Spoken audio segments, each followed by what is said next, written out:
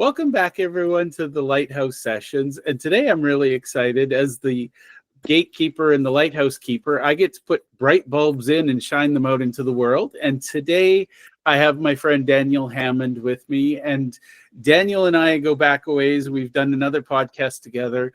I will warn you, there's no adult in the room, so the two of us are going to have some fun. Daniel, why don't you tell us a little bit about who you are and what you do, and share a little fun fact about your past. Okay, that's a wide playground that we get to play on. So I have done a lot of things. So I mostly like to learn new things, and I like to increase my capabilities to serve others. I have served in the military, and maybe I'll come back to that story. I've run a pizza place when I was younger. I have worked with cabinet level officials in 4 countries in 5 completely different job roles. I lived abroad. I spent 5.5 years in Honduras. After I moved back to the US, I helped build a nursing school in Honduras. So I've done some philanthropic stuff. I love entrepreneurs. My goal is to help 1,000 entrepreneurs make the world a better place. And truly, I live to serve. And I really want to help people who have great vision accomplish more for the good of the world. I love that. And Daniel is one of my most fascinating people I've ever met, because he's done some really cool things with interrogation techniques, and he teaches. So I met Daniel through his business, the business interrogation. Do you want to talk about that and customer-driven leadership as a synergy? Sure. Yeah. So I have 2 businesses. I guess sort of as a precursor, I am world class in designing and delivering cyber exercises and designing exercise programs for Fortune 500 companies. So it's sort of fire drills for networks. How can we simulate something horrible going on so that we can practice it? So if it actually happens, we know what we're doing. It's a good skill to have. And then after I built the nursing school, one of our members of the board had this system called customer-driven leadership. And he had retired, but we were like, well, we want to kind of raise some money for our philanthropic things. And so he's like, let me show you my systems and you tell me what you think. And so I looked at his system, customer-driven leadership, and I immediately saw it's an operating system for business that empowers your people to build you the company you want to run. And it evolves you over time. It basically does cycles. Every month, you're growing your people to serve each other better so that your customers get served better. And then when I had a business operating system and I did cyber exercises, then it was too complicated for people to digest what I did. So I was like, well, really, I ask questions to help businesses grow. And so that's where I developed the brand business interrogation. And a couple of ways that I do that is I have a thing called Value Flow Optimization 20, where it's 20 minutes on what is your biggest business challenge? And I always start with 3 questions. That one. And then I said, what is it preventing you from doing? Because the thing that's causing you pain isn't always the problem. It's a symptom of the problem. And so I want to know, like, where do you want to go that this thing is preventing you from getting? And then I ask, how much is it costing you to not solve that problem? Because I want to work with people who want to take action. And if they're not going to solve the problem, then I've just lost all my motivation to help them. And then my promise is by the end of 20 minutes, I've interrogated their problem into solvable pieces, given the capacity they have already. And then I have another service where if you really want to deep dive into your business, it's called Break My Business Model. And you map out your entire process. And then I just ask questions like, well, what if this happens? And how would you deal with this? So that you're pre-thinking ways that you could grow how you serve people and fixing little issues and glitches that are going to come your way eventually. Well, and I'm thinking out loud, I've heard of the concept of tiger teams in the US where after an event, they come together and tear it apart. I think a lot of entrepreneurs cringe at that, but the reality is I'd rather you tear it apart and find the rough edges than a client get a splinter and scream bloody murder and sue me. Completely agree. And again, I'm a disruptor for good. That's my, if you're looking for me on X, I don't have very many followers. I don't use it a lot, but disruptor for good is my handle on X. And I believe that, right? And even if you are an industry leader, what do you have to lose by inviting somebody to disrupt you in a safe way so that you can start thinking, oh my gosh, I could be serving this second market just as much as I serve my primary market with no additional expansion or spending. I mean, why wouldn't you want that? Well, and that's the thing. When you're number one in the industry, growth is a hard thing to find. Yeah. And they're coming for you. Yeah, you are a big target. And now, before we started recording, you and I shared our mutual love of assessments. And I had an observation. I don't know if you mind, but I'm going to share that Daniel has this really unique, and I mean unique, and I say this sincerely, I've probably met one other person on this planet with his skill set. And what I noticed is he is high visionary, and he's got this amazing ability to translate that into, I'm going to say, operational language. And I see him as this fulcrum sitting in the middle, because most people, and I sit firmly in visionary, I'm in heaven. If you give me a whiteboard, you give me a to-do list, I'm going to punch you. It just doesn't work. Now, Daniel, you are literally building bridges between, I'm going to call it, I don't know what I'm going to call it. It's personalities, but it's also strengths and weaknesses. You're helping connect the visionary with the operations. It's super astute, and it is one of the, like, I took Gino Wickman's rocket fuel assessment, and I'm an implementer and a visionary. So, and the recommendation from Rocket Fuel was pick the one you like the most and commit. And I'm like, no, I want to do it my own way. I'm not choosing my favorite child, right? Right, that's right. So what I see it as, if you invite me in, you've got in your company somebody who's acting as a visionary and somebody who's acting as their COO or implementer. I speak both languages. So you can tell me what's your big vision, and I can help the integrator understand what you're trying to achieve and why. And not only that, but I'm a visionary, so I can 2x that. So now we've got two visionaries dreaming up a bigger, better plan together. And then we've got two implementers who are working on, and this is where these are the points we need to travel to make this vision real. And I think that's one of the things where I meet with visionaries and I can tell they've got a great idea, but they're frustrated because the world doesn't get it. And I'm one of those with customer-driven leadership. I completely I have my own blind spots just like everybody else, right?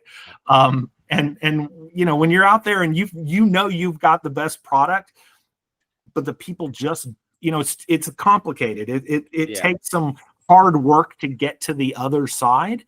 And it looks like, well, and what if it doesn't work? And then I've wasted all of this time and money. And so it's hard to convince people how great your idea is. But when people start talking about their ideas, I understand them.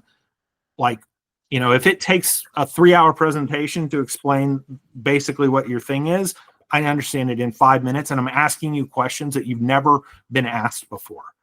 And I don't know why that is, but it's just, I live in complexity, and I've interrogated on weapons of mass destruction before. I don't know anything about building weapons of mass destruction, well, I guess I know a little bit, but not that I can talk about. I guarantee you know more than I, but if this falls under, I could tell you, but I have to kill you. I always ask not to tell me. Yeah, please.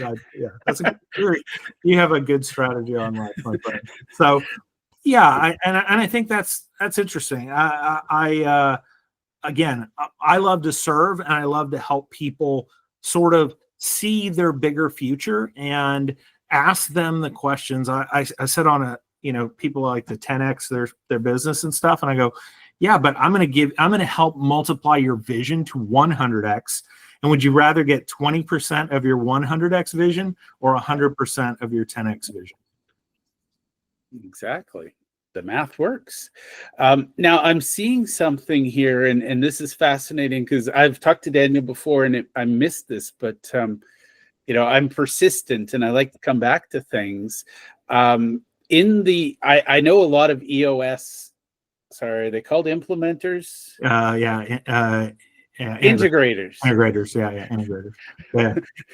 Unfortunately, and this is not Gino's fault, he chose 3 words that don't stick in my brain naturally. So I get visionary, but I always get the implementer and integrator mixed up. One is the person you bring in, and one is somebody on your team. But I've talked to many of them, and the biggest frustration, and I'll just say this, visionaries are a pain in the butt. We wake up and have a bright idea and we need to change the world today. And our team, our implementers, integrators, whatever they're called, take a deep breath and go, oh, God, not today. I feel like those conversations could benefit from having Daniel in the room. I'd like to think so. I think, one of the things that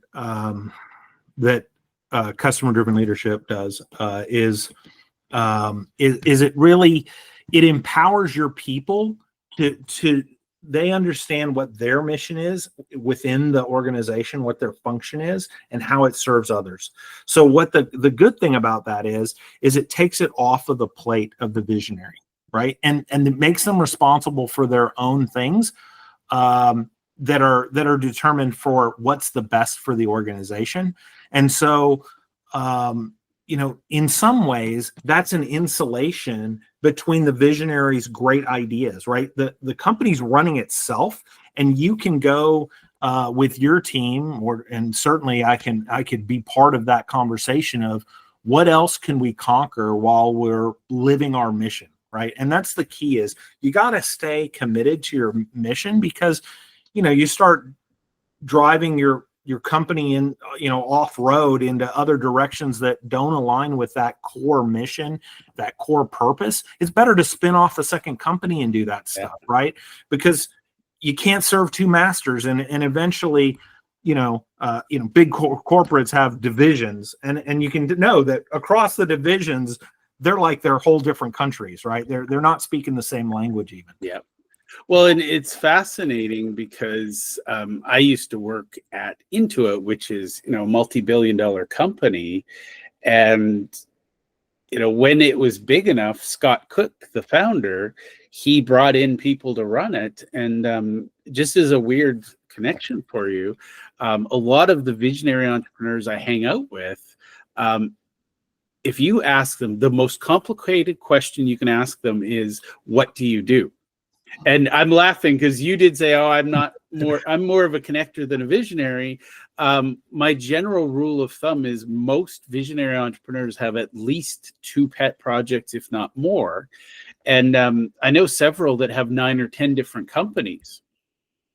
And they recognized, and again, you and I, we talk about self-awareness a lot. You recognize where you're good. And I talk to a lot of the implementers and integrators in the EOS world, and like, oh, if only my founder would do this or only do that. And it's like, what if you found out what's, because they're holding on to the business because there's something missing in their brain, and their vision hasn't become a reality yet. But the aha moment is most of the visionaries I know, as soon as business number 1 is up and running and it's operating, they go on to the next one. Yeah. And, one of the worst pieces of advice I've ever been given in my life is, and I think you'll resonate with this. You got to pick that one thing and you got to be, all in on it. And I'm like, that's not how my brain works. It's at any given day, I'm learning Latin just because I can. I'm podcasting because I'm curious, to just do one thing. I cringe when I think about the 1950s goal of, you work your career 50 years, you get a gold watch and you retire. I've had at least 4 different careers already, and possibly more if I actually sat down and counted them. Yeah. Certainly closer to 20 probably. So yeah, I completely agree. And, my personal goal is to help 1,000 entrepreneurs make the world a better place. And I don't do that by selling them customer driven leadership or selling them business interrogation services. I do that just by listening to what their needs are and where they want to go, and helping. One of the terms I like helping visionary entrepreneurs create liquid blueprints for their future. And then when circumstances change and that roadmap needs updating, that's easy to do together, right? Because a lot of times when a visionary can't connect and can't express what weighs on their heart in a way that normal people, whatever we want to call them, the undriven, everyone else, yeah. And again, a lot of visionaries are so rocket focused on what they're doing that even another visionary doesn't always serve that purpose. Whereas I'm somebody who can come in and understand, I understand the wave you're surfing now and how you want to get onto that paraglider. That's not something that everybody can do. And again, there's areas where I'm not the best person, but I also have a world-class network of amazing people. And when I know, what you need is a specific thing that solves a specific problem, I know somebody that can do that as well. So, yeah. Well, and I think that's the greatest shame, I would say, on this planet is you got all these visionaries who think they're alone and they have to go off and be on their own. And I'm going to be honest, I retreat to my whiteboard and I hide in my cave, and it's like, yeah, leave me alone, I'm thinking. And I have a couple of friends that are visionary too, and we've created a language, because some days it's a whiteboard day and don't talk to me. Other days it's banging a head against the wall day and I need somebody to talk to. But I've seen people, like you said, I have other visionaries, they'll show up and they'll share my idea. And because I'm busy processing something very bizarre and abstract, and my processing parameters are, what's the impact? How does this make the world a better place? How do I profit from it? I'm asking a lot of questions and I'm looking for the answers, and I'm not always ready to say, aha. But I think that's where, so fair warning, I'm launching a mastermind group in July. You're going to be one of our guest speakers, because the reality is visionary people tend to feel alone. And look at, whether you like him or not right now, you look at Elon Musk, he's almost equally vilified and heroic. It's, people love him, hate him. There's people attacking his product, they're throwing things at his cars. It's like, but you can't deny that the same people that were fanatical about buying them 5 years ago, right? It's like, but I think the problem with visionaries is, we are disruptors, we will break things. Am I going to rush out and get the first version of the neural uplink that Elon releases? Probably not. Will I get one at some point in my life? We'll see. Yeah. But yeah, I think that's, that is one of my passions is, I love to focus and multiply the genius of others in real time for the benefit of the world. That's my sweet spot. I I've also said, other people's problems are my playground. That's where bring me the biggest problem you've ever seen, because that's what I love to do. Even when I'm in corporate, I am in the world of creating complexity in an insanely complex place. And what makes me world class at what I do is people can't keep up with the things that I can keep up with in that space. And I mean, anybody who does that job is already incredibly gifted in many, many things, because it's a tough job. But, I'm asking for, give me all the dragons of this stuff. And so, after you've slayed your, 50th dragon, it's not like you're not level 1 anymore, right? You've advanced. Well, and I think that's where I spend, I read a book, I think it was Building a Second Brain, Tiago Forte, and he talks about his 12 unanswered questions. And my brain was like, oh my God, that's amazing. So I asked myself, and, I have no idea how I'm going to solve it, but I always look at, one of my weird missions is to retire the 4 horsemen of the apocalypse. So, how do we end famine? How do we end pestilence? How do we end war? I don't think I'm going to defeat death, but, maybe death isn't the opponent we think it is. Maybe it's a renewal, but, people look at me and go, you're weird. And I'm like, thank you. Because the thing is, most don't call people, me average, right? Yeah, it's like, you can call me anything, just not average. That's right. But, people are like, okay, which coffee shop has the shortest line? That's not a problem I care to solve. Right. Yeah. Yeah. I'm with you. Wherever people are doing hard things, the one thing that I'm so opposed to is the top-down solutioning for the world. I mean, call it whatever you want, whether it's if it's World Economic Forum stuff, if it's ESG, which I call corporate indulgence. It is effectively corporate indulgence, right? Well, look how well we're playing the good corporation game. Who cares? What are you really doing to change the lives of your employees and the customers you serve and the world, and the bigger world, right? The communities you exist in. That's where I'm like, yeah, this is a company I want to help. Well, and it fascinates me because, good corporate citizens, they look at, the stakeholders, they look at the employees, they look at their clients, they look at their community. But reality is it's still short-sighted because, I can have the most profitable company on the planet, but if I'm destroying the planet, I'm not doing what's best for my shareholders long-term. Right.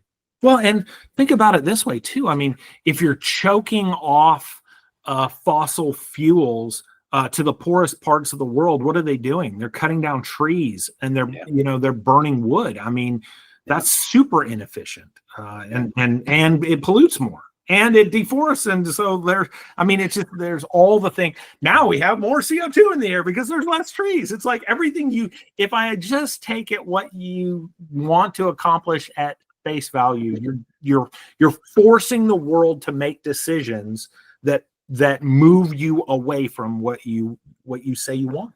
Yeah. Ironically, in some cases, you can actually create scarcity by trying to build abundance. Well, and I mean, that's what's happened in Europe, right? I mean, they've moved away from fossil fuels so much that now they're dependent on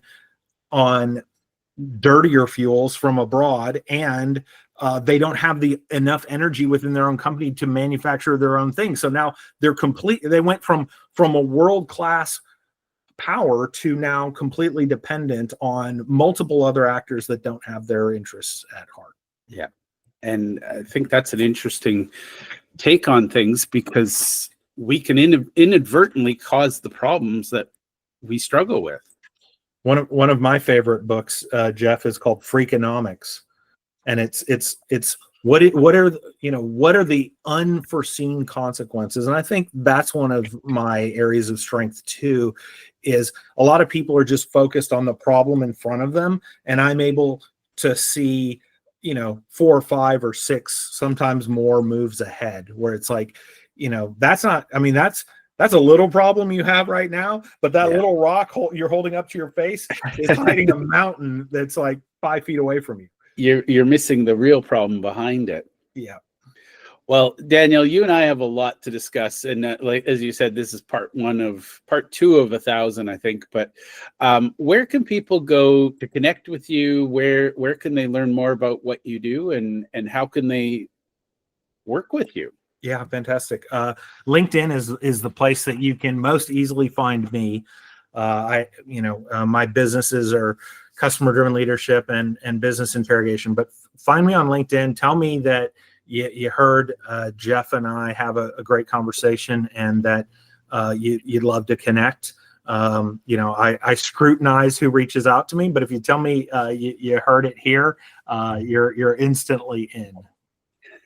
I love it. And by the way, I just want to point out, I'm reaching out to my network to find out who really I can serve. And, a lot of people think it's a selfish thing, but the reality is, if somebody's in my network and I can't help them, I'm possibly taking a slot or space or energy that could go elsewhere. So I've been reaching out to people saying, hey, I haven't talked to you in a while, let's connect. And the second I did, Daniel was like, how can we do this? What's next? And yeah, I'm the same way. I mean, again, I don't care about building a brand. I don't care about, having my name on a big sign somewhere, but I want to be there for the people that I'm supposed to serve. And, it's by connecting through amazing people like Jeff, and that happens. So happy to be part of it. awesome. Now, is there anything I should have asked you about that's top of mind that I didn't? Yeah. I just, I guess, I'm looking for, and just for people with impossible problems. If you're running into something and you're like, oh my gosh, I just don't know how. Those are the people who I would love to be answering their phone calls each and every day, as long as you're doing something to make the world a better place. And that's I'm not going to help people make the world worse, because we got plenty of those people already. That's already available. So yeah. Well, thank you for being on the show with me again. Absolute pleasure.